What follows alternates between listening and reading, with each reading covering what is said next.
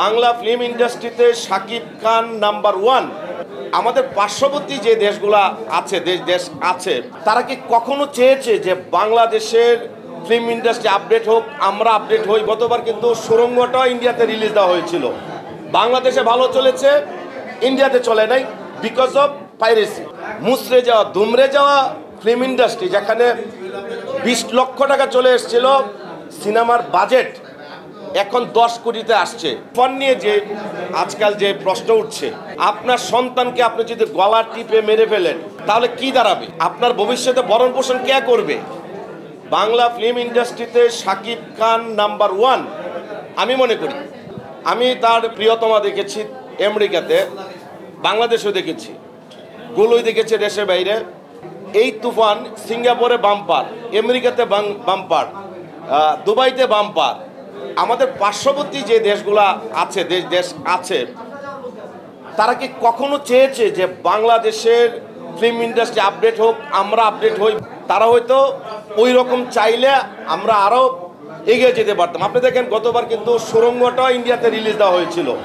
বাংলাদেশে ভালো চলেছে, ইন্ডিয়াতে চলে নাই বিকজ অফ পাইরেসি। আরেকটা জিনিস দেখেন, আমাদের দেশে যখন আমরা দেব বা জিতকে নিয়ে আসা হয় বা ওই দেশে কোনো নায়ক নায়িকা আনা হয়, তাদের আমরা অনেক রেসপন্স করি, সাংবাদিকরা সম্মান করি, আমাদের সাকিব খানও করে। বাট এই যে দেবের একটা খুচা আপনারা টের পেয়েছেন, জিৎ যে বললো এখানে বাজার খোলা আছে সবাই আসতে পারে, এটা কিন্তু মন থেকে বলে নাই। মুখে বলছে সাকিব সুপারস্টার, বাট মন থেকে চাচ্ছে না। আমরা কিন্তু তাদের ভালো চাই। আমরা আমাদের প্রত্যেকটা ঘরে ইন্ডিয়ান চ্যানেল আছে, আমাদের চ্যানেল কি ইন্ডিয়াতে আছে? নাই, আমরা পাচ্ছি না। কেন পাচ্ছি না?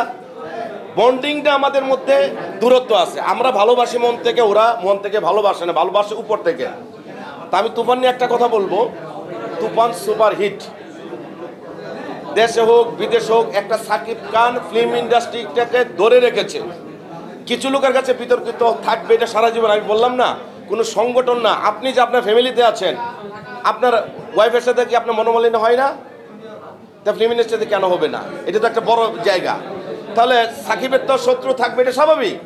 বাট সাকিব খান মুসরে যাওয়া দুমড়ে যাওয়া ফিল্ম ইন্ডাস্ট্রি, যেখানে 20 লক্ষ টাকা চলে এসেছিল সিনেমার বাজেট, এখন 10 কোটিতে আসছে।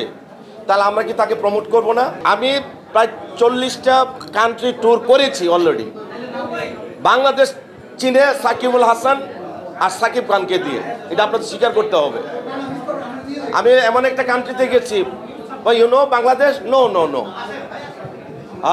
YONO Shakibul Hasan, oh yeah Shakibul Hasan, yeah I know. আমার ভালো লাগার বিষয়, যেই দেশে বাঙালিরা আছে সাকিব খানের ছবি দেখছে, সাকিব খানে এক ডাকে চিনে।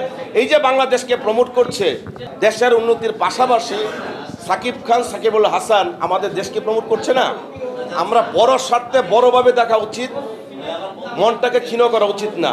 আমি মনে করব নতুন যারা ডিরেক্টর আছে, হিমেল আশরাফ, তপু খান, ওরা কিন্তু ভালো বানিয়েছে, বাট তুফান সবচেয়ে বেটার গিয়েছে। এই পর্যন্ত রিপোর্ট প্রিয়তমা ভালো গিয়েছে। আমি আশা করি নেক্সট আরও ভালো হবে এবং আমরা সবাই মিলে সাপোর্ট করব। 1-2 জন বিচ্ছিন্ন ঘটনাতে থাকবে, এগুলো আমরা না ধরি, আর সবাই সুন্দর মন নিয়ে এগিয়ে যায়।